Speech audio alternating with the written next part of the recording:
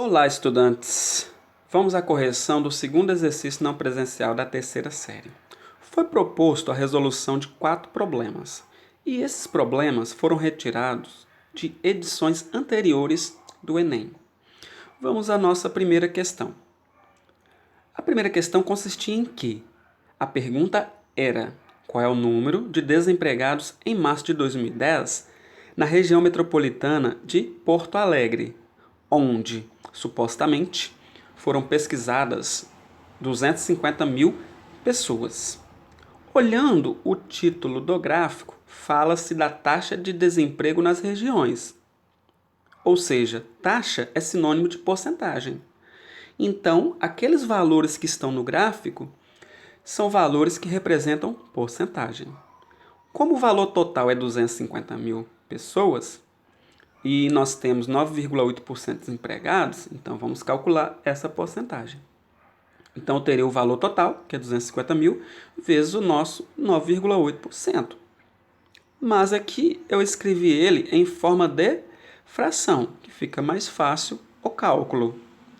Como em matemática a ordem entre a operação de multiplicação e divisão não importa, então eu posso ou multiplicar e depois dividir, ou dividir para depois multiplicar. No meu caso, eu dividi primeiro, que fica bem mais simples. Então, 250 mil dividido por 100 dá 2.500. E isso multiplica 9,8. E nós vamos chegar na quantidade de desempregados da região metropolitana de Porto Alegre, que são 24.500 desempregados. Ok? Que representa o nosso 9,8%. Vamos à nossa segunda questão. A segunda questão quer saber o quê?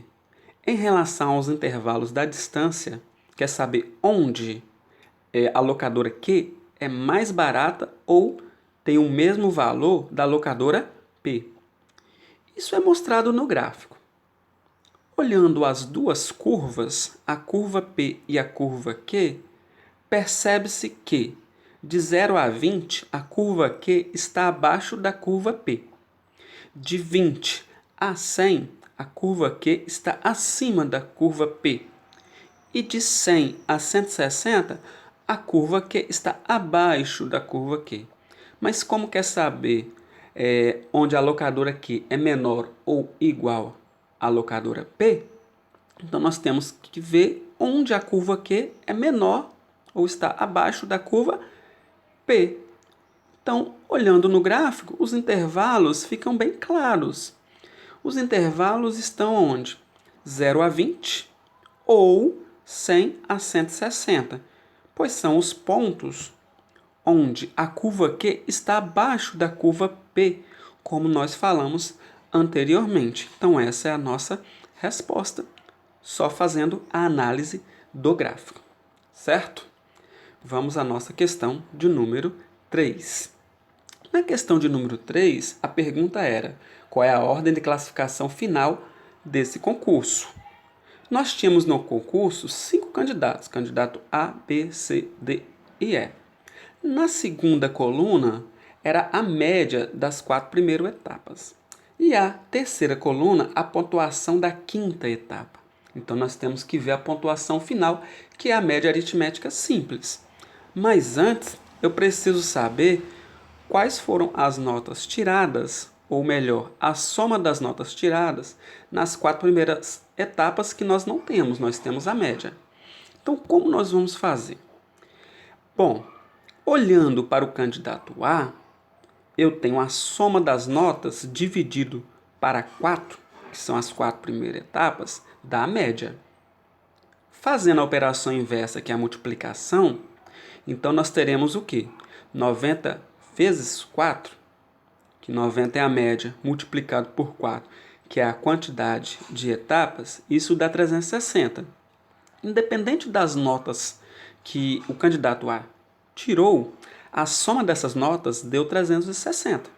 E 360 dividido para 4 dá a média, que é 90. Então, nós temos a soma das notas das 4 primeiras etapas para o candidato A. Para os demais candidatos, isso é análogo, é só fazer a mesma operação. B é 85 vezes 4, C, 80 vezes 4, D, 60 vezes 4 e E, 60 vezes 4. Assim, nós teremos a soma das notas das 4 primeiras etapas. Agora, precisamos calcular a média final de cada candidato.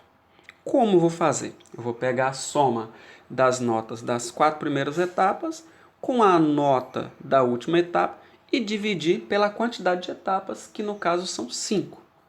E aí nós teremos para o candidato A, usando os valores que achamos anteriormente, 360 mais 60 dividido por 5 é igual a 420 dividido por 5, e a média final do candidato A vai ser 84.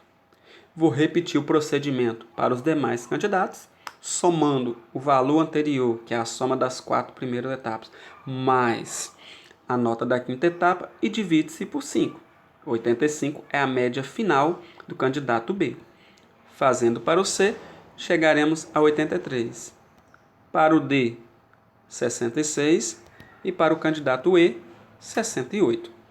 Agora é só colocar em ordem decrescente de classificação, que foi o que pediu no problema. Logo, portanto, a ordem de classificação é quem? Primeiro vem o candidato B, que tem a maior nota, depois o A, o C, o E e, por último, o candidato D, que foi a menor nota. Ok? Vamos à correção da quarta e última questão. Na quarta questão, a pergunta era: qual candidato tem a pontuação mais regular? E aí pergunta-se por quê? Temos vários dados na tabela. Temos a média, temos a mediana e o desvio padrão.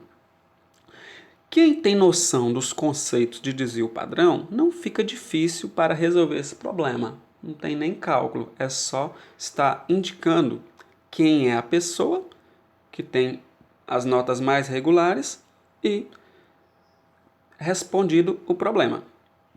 Então vamos pensar um pouco. A pontuação de marco, que vai ser a resposta. Por que a pontuação de marco? Pois a distância dos seus pontos à média é menor do que a distância dos pontos de Paulo à média. Dá para ver na tabela essa regularidade. Por exemplo, Marco tirou 14, 15 e 16. Esses valores estão próximos da média, que é 15. Por exemplo, a nota de matemática é 14. É uma unidade até chegar ao 15. A nota de conhecimentos gerais é 16, é uma unidade até chegar ao 15.